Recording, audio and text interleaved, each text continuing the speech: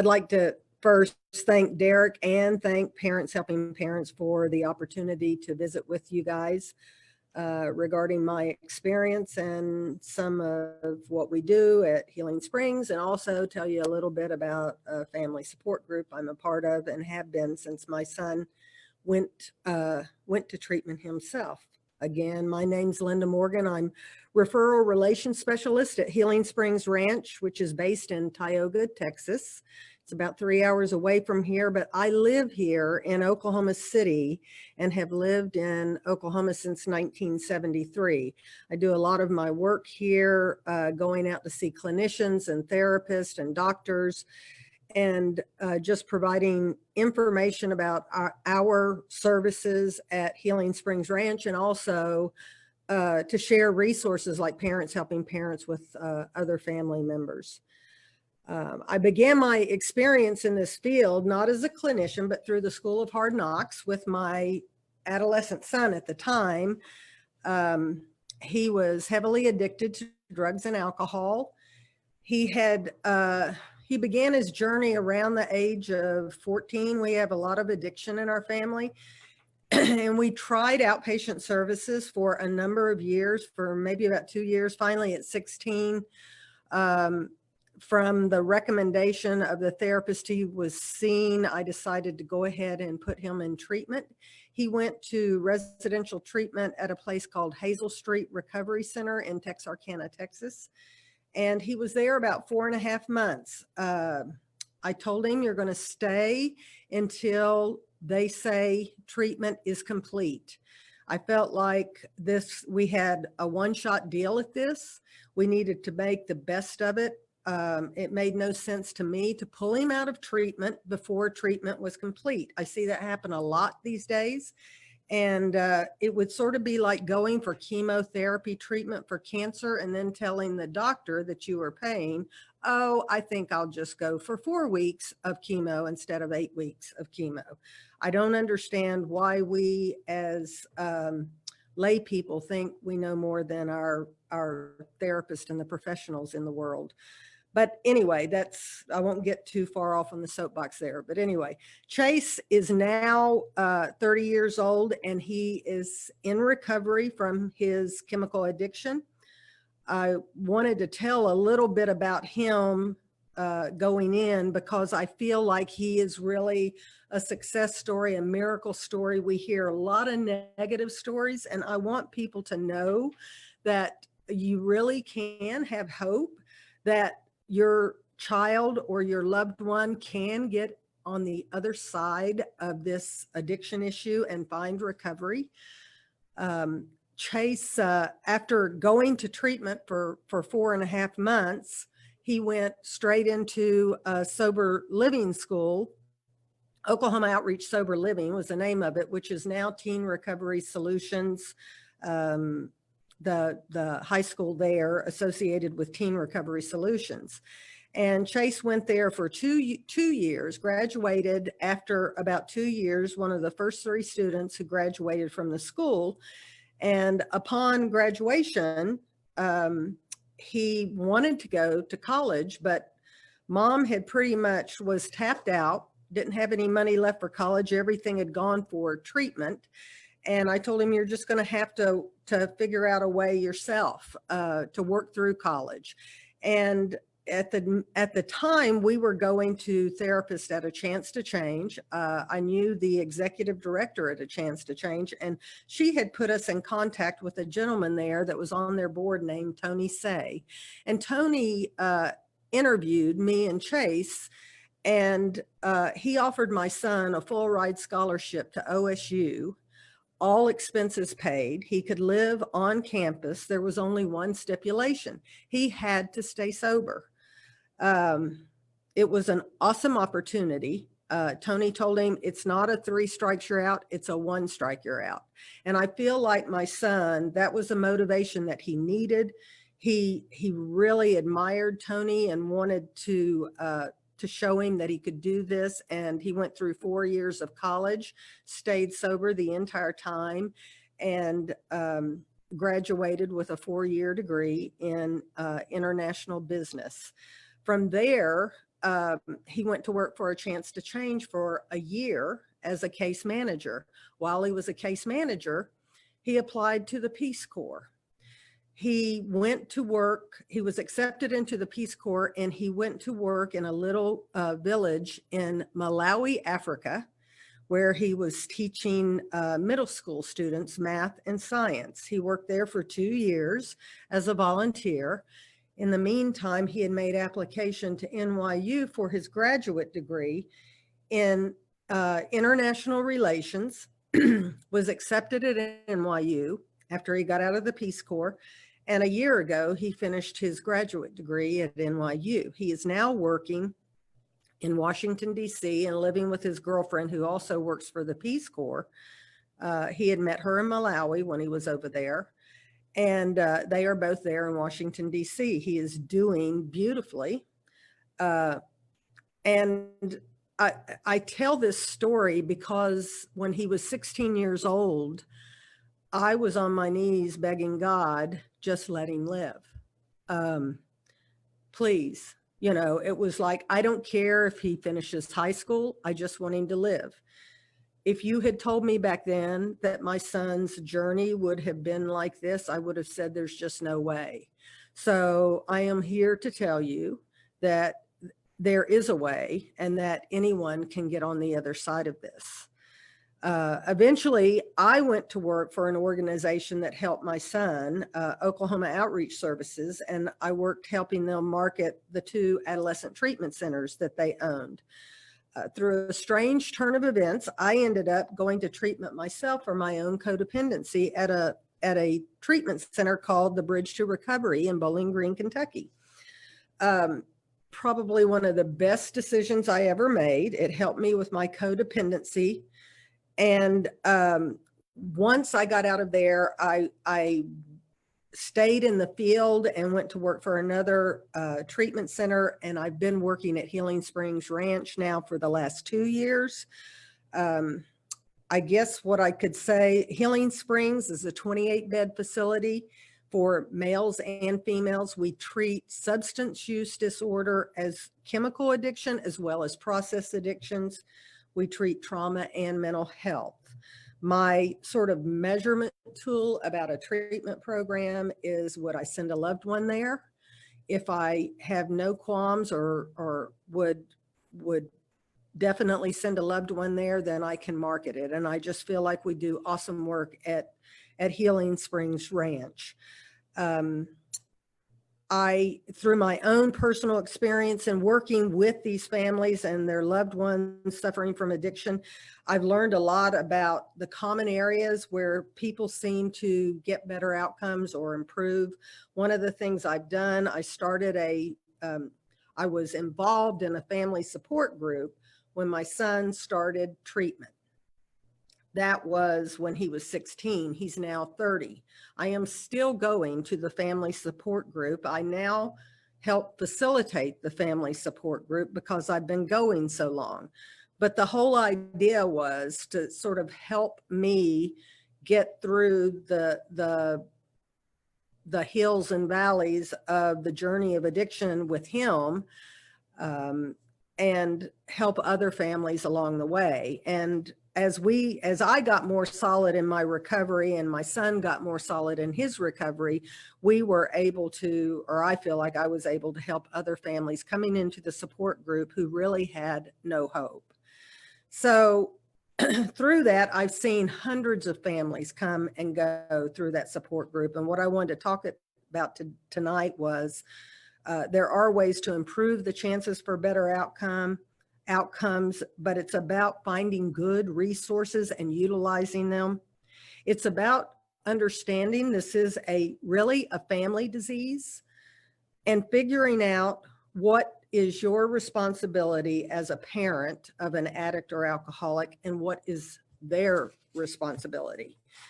So regarding resources, when my son got in trouble, I learned quickly that resources were limited and scarce, and the faster I could get connected with good resources, the better we would all be. So finding dollars for treatment was really hard. Treatment is expensive. resources were limited. I was able to utilize my insurance, but I ended up selling my home to pay for his treatment. 4.5 months of treatment is a long time. I don't regret it. I'd do it again in a heartbeat. Finding help also that is reliable, competent, and true was a challenge. There are people out there who prey on families' despair to their own benefit and provide little help in return. So I looked for advocates who specialized in drug and alcohol abuse, professionals whose heart was in the right place and who understood the issues. Finding one definitive source for good information wasn't that easy. It can be like working through a minefield, and that's sort of where Parents Helping Parents has come in, because they really help you sort of weed through some of that. Another thing that I feel like I did in bettering our outcomes was learning to accept other people's help. This is not a journey to take alone. You will need other people's help and expertise. Let go of your pride and stop trying to be so independent. We are all, as individuals of society, we are independent on one another. We're like a village, and we need to allow ourselves to help others and allow ourselves to be helped. By allowing others to help me, it taught me how to be grateful and more humble and appreciate those many helpers. It enriched my life. It enriched my son's life. Just being around so many people who were willing to reach out and help. It also enabled me to help other people. Some of the great resources or sources of help were Al-Anon and a good sponsor. I got one. My son had AA and a good sponsor. He got one. We both got a good therapist at A Chance to Change. At that time, that's who we were using. I made sure that it was somebody who was a licensed alcohol and drug therapist. That's an LADC, because that means they've been trained in how to deal with alcohol and drug addiction.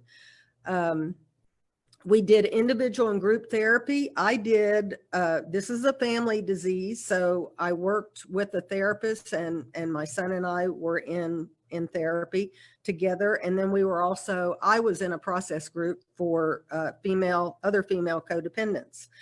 Also utilized support groups and other such groups. I joined Oklahoma Outreach Services Parent Support Group, which I just mentioned earlier, and also Parents Helping Parents. These groups are by far the most knowledgeable, caring, and outstanding group of individuals I've ever known on this subject. Together, they are a powerhouse of knowledge on drug and alcohol abuse, on codependency, on adolescents and adult children in trouble with addiction, and interventions and other resources from across the nation. And finally, a higher power, whether you find that individually through your church or you find that through a 12-step group. Al-Anon really helped me get connected with a higher power. The final resource I had was myself. Trusting in my gut instincts about my son was key to helping him and me get better. I knew in my gut that something wasn't right. The problem when a child is spiraling down into addiction is, as a family member, you get really wrapped up in unhealthy behaviors with them. You stop learning how to call out inappropriate behavior when you know it's there. You become afraid. You start walking on eggshells because you don't want to upset the addict or alcoholic, and you act in ways that you never have before.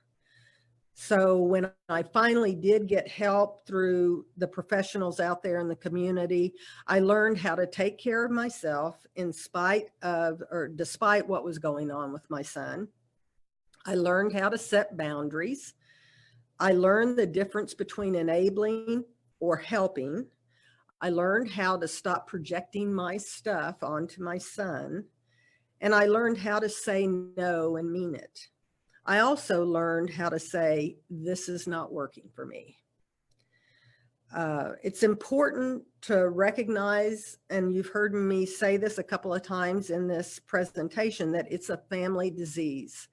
I'm going to read a little bit from Al-Anon as it sort of describes that. Compulsive drinking, and you can add in here compulsive gaming, compulsive drinking, compulsive drugging, affects the drinker, and it affects the drinker's relationships, friendships, employment, childhood, parenthood, love affairs, and marriages all suffer from the effects of alcoholism and addiction. Those special relationships in which a person is really close to an alcoholic are affected the most. And we who care are the most caught up in the behavior of that other person. We react to the alcoholic's behavior. Seeing that the drinking has gotten out of hand, we try to control it. We're ashamed of public scenes, but we try to handle it in private. It isn't long before we begin to feel we're to blame. We take on the hurts, we take on the fears, the guilt of an alcoholic.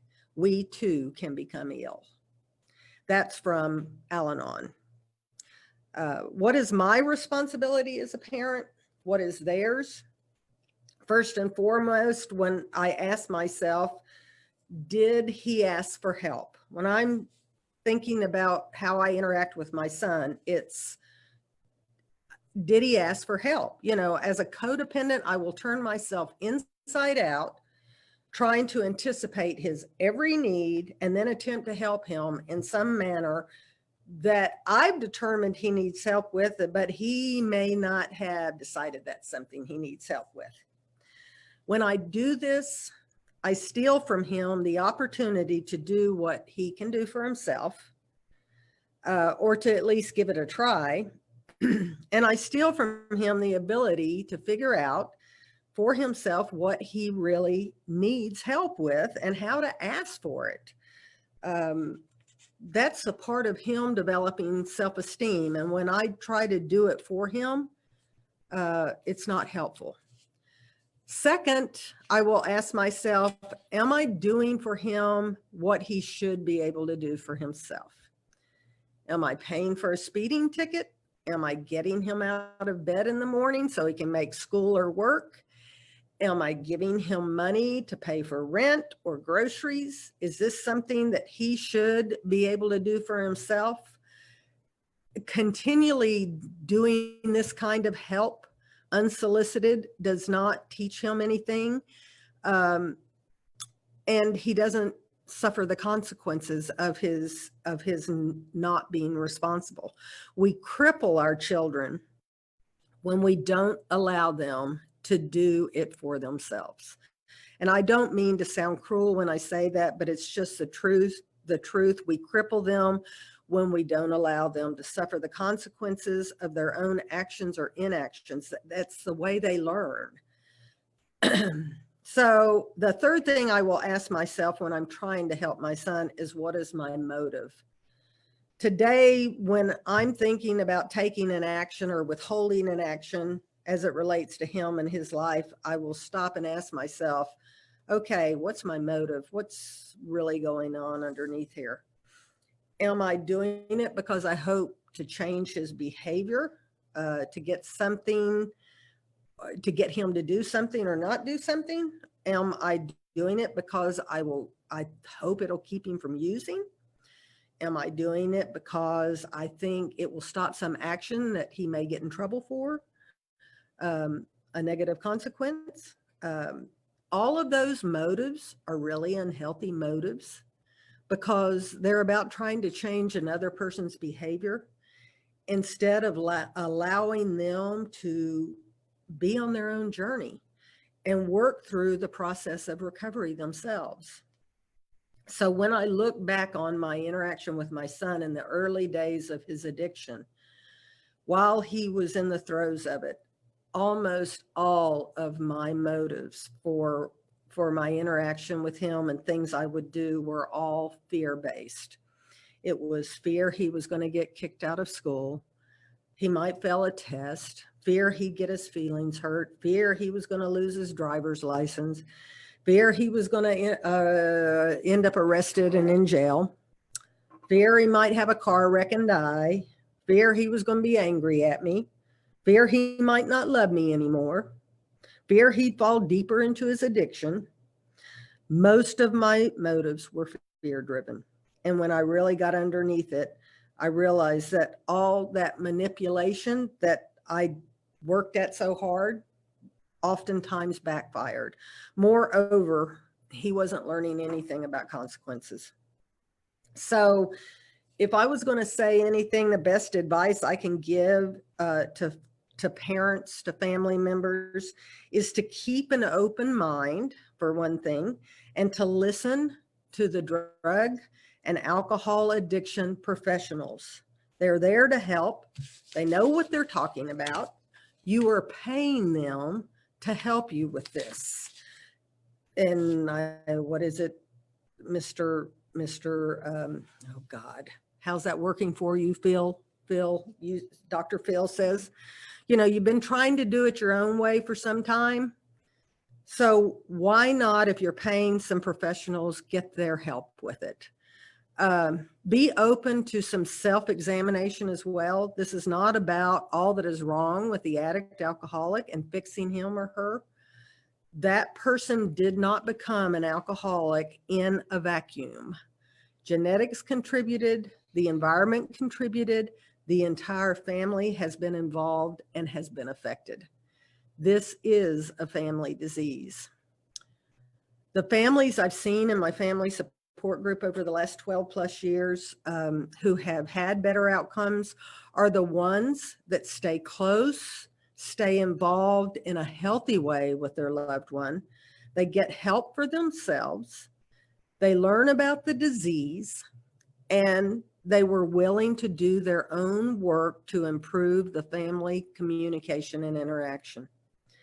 And then finally, pay it forward. Help someone else with what you've learned. It keeps you healthy.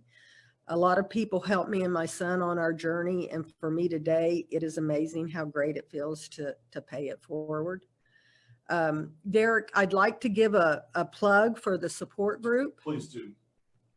We have a Oklahoma support group that is housed at the A Chance to Change facility.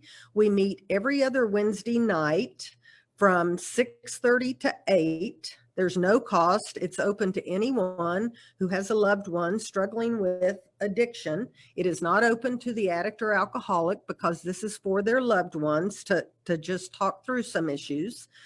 The location address is 2113 West Britton Road in Oklahoma City. That's at Pennsylvania and Britton Road. There's a lot of construction going on there, but you can still get in there. So we are not meeting this Wednesday night. We're meeting next Wednesday night. If you would like to be put on our email list, reminder list for the meeting, I'll be happy to do that. You can contact me at linda.morgan@healingspringsranch.com, or you can call 405-227-6640, and I'll be happy to put your name on the list and tell you a little bit more about the support group. Excellent. Would you tell us a little bit more about Healing Springs real quick, Linda, what they do and how people can get in touch with them as well? And that'll give people a chance to maybe queue up any questions that they have. That is a great idea, and I'm just thinking I don't have the phone number memorized. And I tagged the website on the Facebook. Okay. Comments, so really just tell us kind of about what services that Healing Springs provides process and chemical addiction treatment, as well as our philosophy. Our clinical director, Melissa Engel, her philosophy that she started the program with has been based on a belief that trauma is underneath most addiction.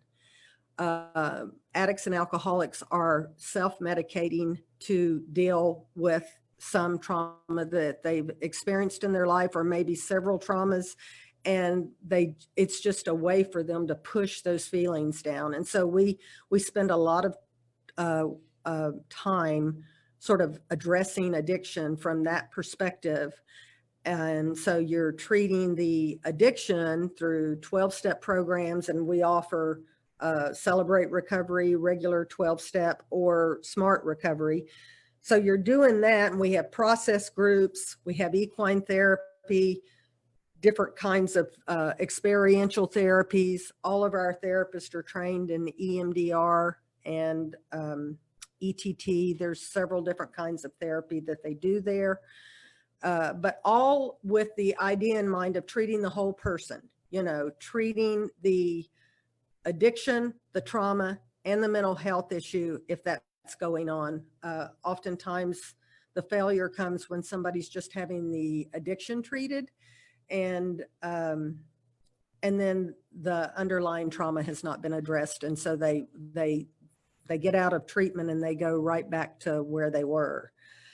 We do a lot of work from the day they come in into setting them up for aftercare, so that, you know, that's part of what I do here in Oklahoma. I know a lot of resources here. And so I work with other therapists and IOP programs and what have you, and try to get it set up with our aftercare coordinators so that once they get out of treatment, they'll have a plan in place so that they don't fall through the safety net, so to speak. And so we do that full continuum of care. We offer a family intensive that starts, that is once a month.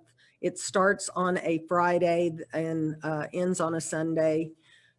We treat the families as well, and we are in the process right now of working on a more intensive family program, because everyone believes the family should be more involved, you know,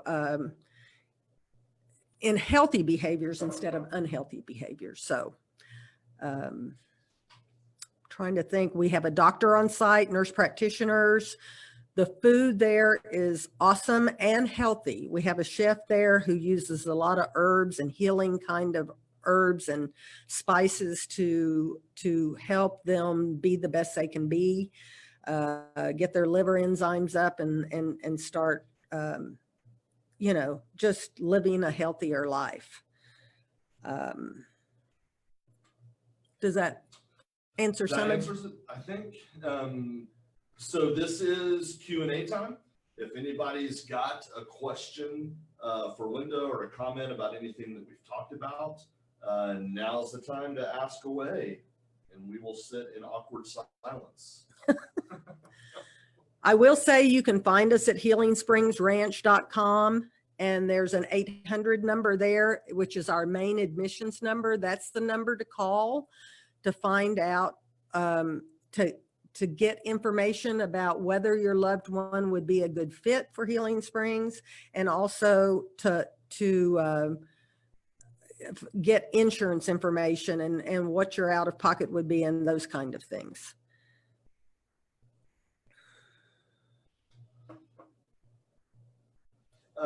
Do you guys at Healing Springs Ranch accept Sooner Care? We do not. Okay. No Medicare or Medicaid. Okay. And is Healing Springs a minimum 90-day program? No. We like to say stay until treatment is complete. Average stays around 45 days. Okay. I'm a firm believer in 90 days. I really am. Longer the better. Right. Really, It gives the but brain time to heal. I understand that finances curtail a lot of things. I get that. But I also know that, you know, you know, you can't help but wonder what's the price of a life that's happy, joyous, and free, you know, and give it the best shot you can from the get-go. So. yeah, I mean, we always say 90 days is best, but the reality is that some people can't do 90 days. Yep. Yep. For whatever reason. Right. So different treatment links exist because of that. Right. So, yeah. All right. Any other final questions as we begin to wrap things up?